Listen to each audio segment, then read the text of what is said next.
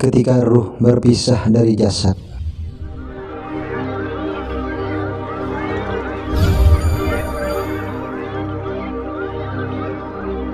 Assalamualaikum warahmatullahi wabarakatuh. Bismillahirrahmanirrahim. Suatu ketika Nabi SAW mendatangi rumah istri kesayangannya beliau, Al-Khumairah Aisyah radhiyallahu anha. Melihat kedatangan beliau, Aisyah yang sedang duduk bersila ingin bangkit menyambut, tetapi beliau bersabda, "Duduklah saja pada tempatmu, wahai Ummul Mukminin, tidak perlu engkau berdiri." Nabi menghampiri Aisyah dan kemudian berbaring terlentang dengan berbantalkan pangkuannya. Tampak sekali kemanjaan dan kasih sayang beliau kepadanya. Sepertinya pada hari itu Rasulullah sangat lelah, sehingga tidak lama berselang beliau telah tidur. Aisyah yang memandangi wajah beliau dengan kasih sayang dan kekaguman. Tanpa disadari, jari jemarinya mengurai jenggot Rasulullah, dan Aisyah menemukan 19 rambut jenggot yang telah memutih atau beruban. Tiba-tiba saja tersirat dalam hatinya, sesungguhnya beliau akan keluar dari dunia atau meninggal sebelum aku, dan tinggallah umat Islam dalam keadaan tanpa Nabi. Merasakan kenyataan seperti itu, Aisyah jadi bersedih dan menangis. Air matanya mengalir ke pipi dan menetes jatuh mengenai wajah Rasulullah, sehingga beliau terbangun. Dengan heran beliau bersabda, "Apa yang membuatmu menangis, wahai Ummul Mukminin?" Aisyah menceritakan perasaan sedih yang menghantui dirinya, dan Nabi hanya tersenyum mendengarnya.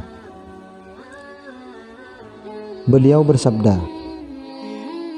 "Wahai Aisyah, keadaan apakah yang sangat menyusahkan bagi seseorang ketika ia menjadi mayat?" Aisyah berkata, "Katakanlah padaku, ya Rasulullah." Beliau bersabda, "Engkau saja yang mengatakannya dulu." Aisyah sejenak berfikir, kemudian ia berkata, "Tidak ada yang menyusahkan atas diri mayat kecuali ketika ia diusung keluar rumah menuju kuburnya. Anak-anak yang ditinggalkan akan berduka dan berkata, 'Wahai ayah, wahai ibu.' Begitu juga orang tuanya akan berkata, 'Wahai anakku.'" Nabi bersabda, "Hal itu memang terasa akan pedih, tetapi ada yang lebih pedih daripada itu." Aisyah berkata lagi, "Tidak ada yang lebih berat bagi mayit kecuali ketika ia dimasukkan ke dalam liang lahat dan dia diurung di bawah tanah. Anak dan orang tuanya, kerabat dan kekasihnya akan meninggalkan pulang. Mereka membiarkannya sendirian beserta amal perbuatannya, menyerahkan urusannya kepada Allah. Kemudian setelah itu datanglah malaikat Munkar dan Nakir ke dalam kuburnya." Beliau bersabda lagi, "Apalagi yang lebih berat dari apa yang engkau katakan, wahai Aisyah?" Akhirnya Aisyah menjawab, "Allahu wa rasuluhu a'lam." Maka Nabi bersabda, "Wahai Aisyah, sesungguhnya saat yang paling berat bagi mayit adalah ketika tukang memandikan masuk ke dalam rumahnya untuk memandikan mayatnya." Kemudian beliau menjelaskan lebih lanjut bahwa ketika tukang memandikan itu melepas cincin dari tubuhnya, melepas pakaiannya dari badannya, melepaskan sorban para syekh dan fuqaha dari kepalanya, ketika itulah sang ruh berseru saat melihat tubuhnya yang telanjang, seruan yang bisa didengar oleh seluruh makhluk kecuali jin dan manusia. "Wahai tukang memandikan, demi Allah, Aku mohon kepadamu agar engkau melepaskan pakaianku dengan pelan-pelan, karena sesungguhnya Saat ini aku tengah beristirahat dari sakit dikeluarkannya nyawaku oleh malaikat maut. Ketika tukang memandikan menuangkan air ke mayatnya, sang ruh berteriak keras dengan teriakan yang didengar oleh semua makhluk, kecuali jin dan manusia.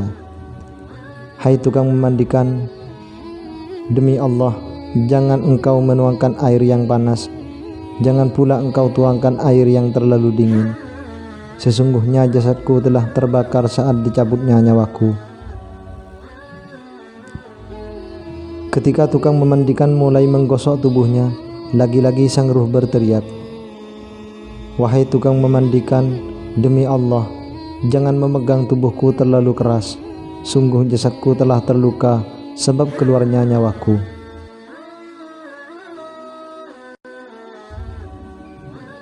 Ketika selesai memandikan dan jasadnya diletakkan pada kain kafan dan mulai diikat di bawah kakinya, sang ruh berseru lagi, demi Allah, wahai tukang memandikan, janganlah engkau ikat terlalu erat pada kepalaku, agar masih terlihat wajah-wajah keluargaku, anak-anakku, dan kerabat-kerabatku lainnya.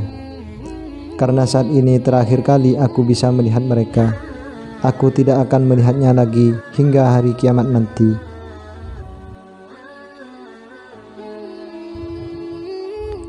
Ketika dikeluarkan dari rumahnya dan diletakkan di dalam keranda, sang ruh berseru lagi, demi Allah, wahai para pengantarku, janganlah tergesa-gesa membawaku pergi, sehingga aku berpamitan pada rumahku, keluargaku, kerabatku, dan harta-hartaku. Aku tinggalkan istriku menjadi janda, anak-anakku menjadi yatim. Karena itulah jangan kalian menyakiti mereka.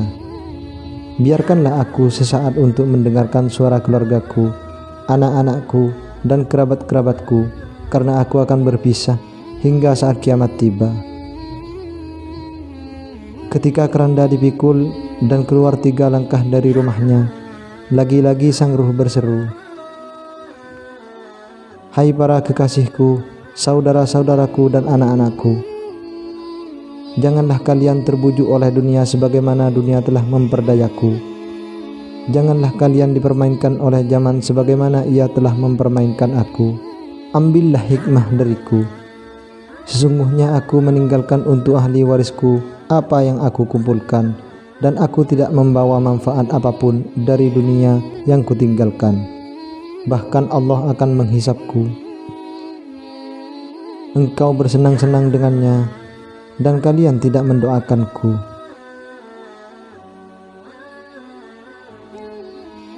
Sungguh nasihat yang sangat berharga.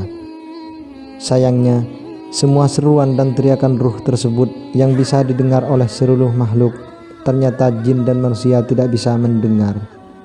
Padahal justru 2 jenis makhluk itu yang sebenarnya bisa memperoleh banyak manfaat dan pengajaran jika saja bisa mendengar dan memahami seruan sang ruh.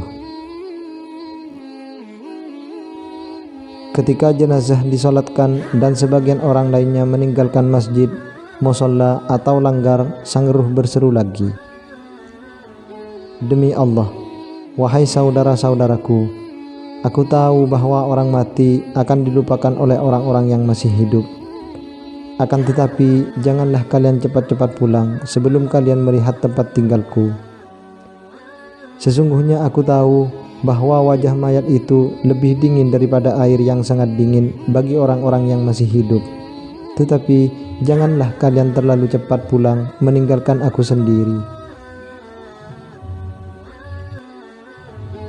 Ketika jenazahnya diletakkan di sisi kuburnya dan kemudian diturunkan ke liang lahat, sang ruh berseru untuk terakhir kalinya, demi Allah, wahai saudara-saudaraku dan para pengantarku, sesungguhnya aku mendoakan kalian semua, tetapi mengapa kalian tidak mau mendoakanku? Wahai ahli warisku, tidaklah aku kumpulkan harta dunia kecuali aku tinggalkan untuk kalian. Maka ingatlah kalian kepadaku dan berbuatlah kebaikan. Setelah aku mengajarkan kalian membaca Al-Quran dan tata krama, hendaklah kalian jangan lupa mendoakan aku. Sekian kisah dari ruh saat berpisah dengan jasad. Wallahu a'lam bishawab. Wassalamualaikum warahmatullahi wabarakatuh.